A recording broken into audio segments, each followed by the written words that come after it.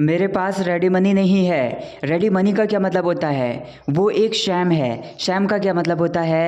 Eight the 11th our मैंने अपना काम ख़त्म किया। एट द 11th आवर एक फ्रेज़ होती है, इसका क्या मतलब होता है? तुम्हारा काम वास्टली घटिया था। वास्टली का क्या मतलब होता है? अपने डिवोशन की वजह से वह रोज़ पूजा करती है। डिवोशन का क्या मतलब होता है? तो यस गाइस, आज के इस वीडियो में हम इसी तरह के कुछ वोकैबुलरी वर्ड्स के बारे में बात करेंगे। इनमें कुछ फ्रेजेस हैं, कुछ फ्रेजल वर्ब्स हैं और कुछ ईडियम्स हैं। तो साथ में इन सभी की मीनिंग के साथ रियल लाइफ से रिलेटेड कुछ एग्जांपल्स के बारे में बात करेंगे। तो चलिएगा इस वीडियो को स्टार्ट करते हैं।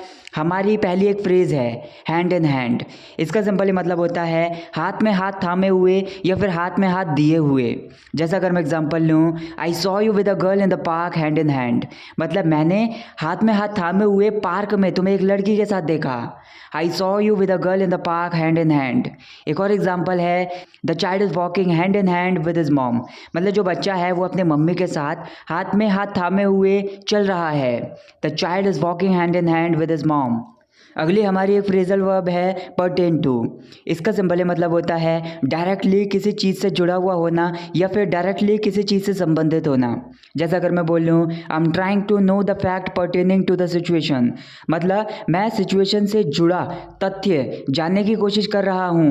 आई am trying to know the fact pertaining to the situation.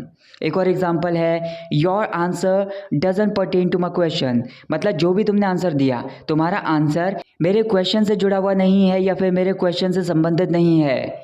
Your answer doesn't pertain to my question. अगली हमारी एक फ्रेज है रेडी मनी। इसका सिंपली मतलब होता है नगद रुपया। मतलब जैसे हम बोल देते हैं कैश। तो जैसा अगर मैं एग्जांपल लूँ, sorry I had no ready money. मतलब आप ये बोलना चाह रहे हैं माफ़ करें मेरे पास नगद रुपया नहीं था, मतलब मेरे पास कैश नहीं था। Sorry I had no ready money.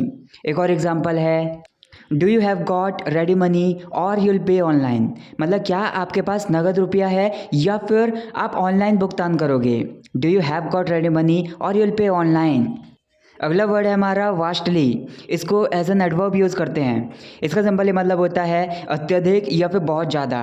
तो जैसा अगर मैं एग्जांपल लूँ, आई think your performance is vastly commendable. मतलब मुझे लगता है कि तुम्हारी जो परफॉर्मेंस है वो बहुत ही ज़्यादा कमेंडेबल है, मतलब प्रशंसनीय है या फिर सराहनीय है। I think your performance is vastly commendable. एक और एग्जांपल है his work is vastly inferior to his early work. मतलब जो उसने पहले काम किया था उस काम से उसका जो अभी का वर्क है वो बहुत ही ज़्यादा घटिया है। His work is vastly inferior to his early work. अगली एक फ्रेज है एट द 11th आवर। इसका मतलब होता है आखिरी समय में या फिर अंतिम समय में। जैसा अगर मैं एग्जांपल लूँ, I could finish my work at the 11th hour. मतलब आखिरी समय में मैं अपने काम को ख़त्म कर सका। I could finish my work at the 11th hour. एक और एग्जांपल है he has such a bad habit of doing the work at the 11th hour. मतलब आखिरी समय में काम करने की उसकी सच में एक बुरी आदत है। He has such a bad habit of doing the work at the 11th hour. अगला एक वर्ड है हमारा शैम। इसको एज अ नाउन और एज अ वर्ब दोनों तरीके से यूज़ कर सकते हैं। जब हम इसे एज अ नाउन यूज़ करेंगे तो इसका मतलब होगा नकली या फिर बनावटी, मतलब कुछ है। या फिर किसी पर्सन के लिए भी बोल सकते हैं कि कोई पर्सन है वो ढोंगी इंसान है। लेकिन जब हम इसे एज अ वर्ब यूज़ करेंगे तो इसका मतलब होगा ढोंग करना या फिर पाखंड करना। तो जैसा अगर मैं एग्जांपल लूँ, don't believe in him he is just shamming. मतलब उस पर भरोसा मत करो, वो पाखंड कर रहा है या फिर ढोंग कर रहा है। Don't believe in him he is just shamming. एक और एग्जांपल है is your relationship with him sham.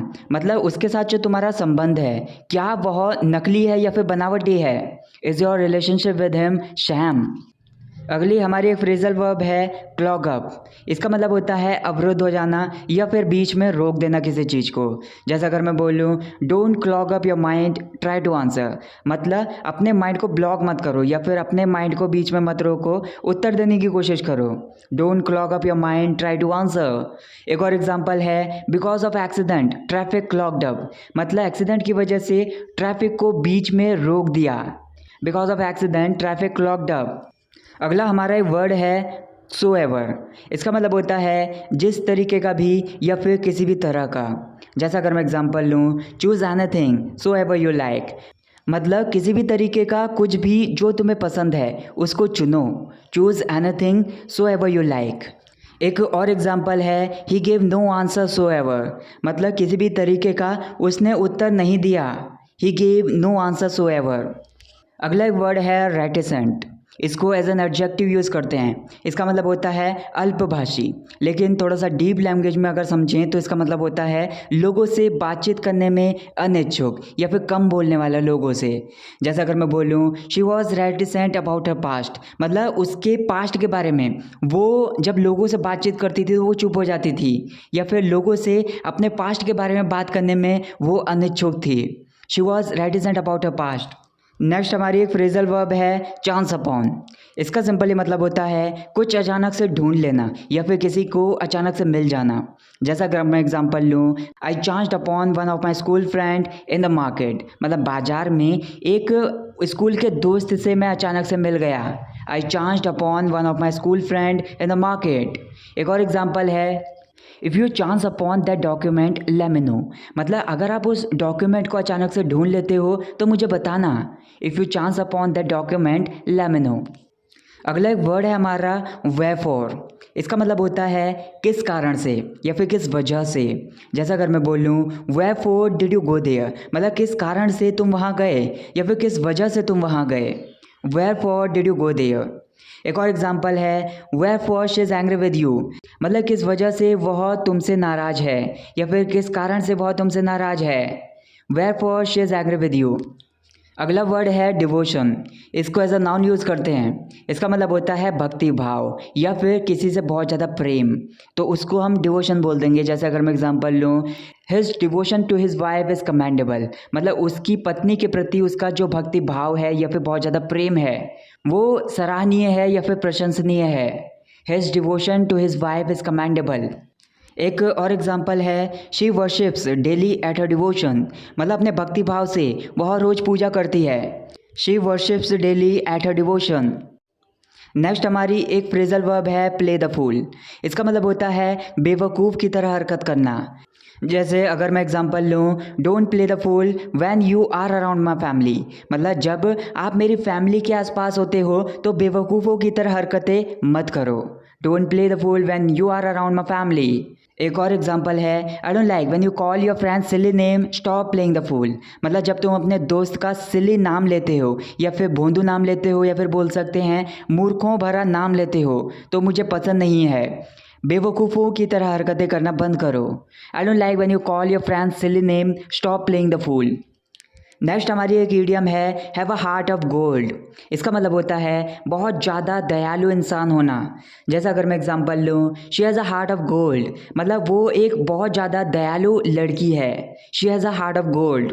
एक और एग्जांपल है my father has such a heart of gold who is always ready to help, मतलब मेरे पापा जो हैं वो बहुत ज़्यादा दयालु इंसान हैं जो हमेशा मदद करने के लिए तैयार रहते हैं। My father has such a heart of gold who is always ready to help. Next हमारी एक फ्रेज़ है a slip of the tongue. इसका मतलब होता है बोलने में गलती। जैसा अगर मैं एग्जांपल लूँ please forgive me it was just a slip of the tongue, मतलब कृपया मुझे माफ़ कर दो ये बस बोलने में गलती थी या फिर मुझसे बोलने में गलती हो गई। Please forgive me it was just a slip of the tongue. एक और एग्जांपल है I had no intention of saying that to her it was just a slip of the tongue, मतलब उससे वो कहने का मेरा कोई इरादा नहीं था, बस ये मेरी बोलने की गलती हो गई। I had no intention of saying that to her it was just a slip of the tongue. अगली एक फ्रेज़ है हमारी एज येट। इसका सिंपली मतलब होता है अभी तक। जैसे अगर मैं एग्जांपल लूँ you didn't finish your work as yet, मतलब अभी तक तुमने अपना काम खत्म नहीं किया। You didn't finish your work as yet. एक और एग्जांपल है she didn't decide as yet in which direction she should make her future career, मतलब उसने अभी तक निर्णय नहीं लिया कि कौन सी दिशा में उसे अपना फ्यूचर का करियर बनाना चाहिए।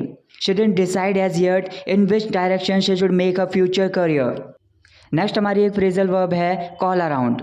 इसको हम इस सिचुएशन में यूज़ करते हैं। अगर आप कॉल अराउंड करते हो तो आप एक ही जानकारी को देने के लिए अलग अलग लोगों को कॉल करते हो। जैसे अगर मैं एग्जांपल लूँ, I called around my friends to celebrate my birthday, मतलब अपने बर्थडे को मनाने के लिए मैंने अपने अलग अलग दोस्तों को कॉल की। I called around my friends to celebrate my birthday. एक और एग्जांपल है, I called around Ashu's family for dinner, मतलब डिनर के लिए मैंने आशू की फैमिली को कॉल किया। मतलब पहले एक मेंबर को कॉल किया, फिर दूसरे मेंबर को कॉल किया, फिर तीसरे मेंबर को कॉल किया। I called around Ashu's family for dinner. Next हमारी एक फ्रेज़ है आउट ऑफ वर्ड्स। इसका मतलब होता है किसी खतरे से बाहर या फिर किसी परेशानी से बाहर। जैसे अगर मैं बोल लूँ we are not out of words yet, मतलब अभी हम खतरे से बाहर नहीं हैं या फिर परेशानी से बाहर नहीं हैं, मतलब अभी भी हम परेशानी में फंसे हुए हैं। We are not out of words yet. एक और एग्जांपल है, what can I do to make you out of words, मतलब तुम्हें परेशानी से बाहर निकालने में मैं क्या कर सकता हूँ। What can I do to make you out of words. अगला हमारा एक वर्ड है नैब। इसको एज अ वर्ब यूज़ कर सकते हैं। इसका मतलब होता है किसी चीज़ को झपट लेना या फिर किसी चीज़ को पकड़ लेना, या फिर ऐसा बोल सकते हैं किसी को अपनी हिरासत में ले लेना। जैसे अगर मैं बोल लूँ the thief was nabbed by police, मतलब चोर को पुलिस के द्वारा अपनी हिरासत में ले लिया गया था। The thief was nabbed by police. एक और एग्जांपल है, somebody nabbed my mobile while I was away, मतलब जब मैं अपने मोबाइल से दूर था तो किसी ने मेरे मोबाइल को झपट लिया या फिर पकड़ लिया। somebody nabbed my mobile while I was away। अगला एक वर्ड है स्निफ। इसको एज अ नाउन और एज अ वर्ब दोनों तरीके से यूज़ कर सकते हैं। जब हम इसे एज अ नाउन यूज़ करेंगे तो इसका मतलब होगा सांस लेते हुए सूंघने की क्रिया, लेकिन जब हम इसे एज अ वर्ब यूज़ करेंगे तो इसका मतलब होगा सूं सूं करते हुए सूंघना। तो जैसा एग्जांपल है, the dog sniffed at the bone, मतलब जो कुत्ता था उसने हड्डी को सूं सूं करते हुए सूंघा। The dog sniffed at the bone. One more example, I sniffed at pizza before tasting it, मतलब मैंने पिज़्ज़ा को उसे खाने से पहले या फिर उसे टेस्ट करने से पहले सूंघा। I sniffed at pizza before tasting it. So that's it guys for this video. Guys मैं जानना चाहता हूँ कि आपने इस वीडियो से क्या नया सीखा और आपके क्या वर्ड्स हैं जो आप चाहते हो कि मुझे अपनी नेक्स्ट वीडियो में लेने चाहिए, तो उनको भी इस वीडियो के कमेंट बॉक्स में मुझे कमेंट करके बताइए।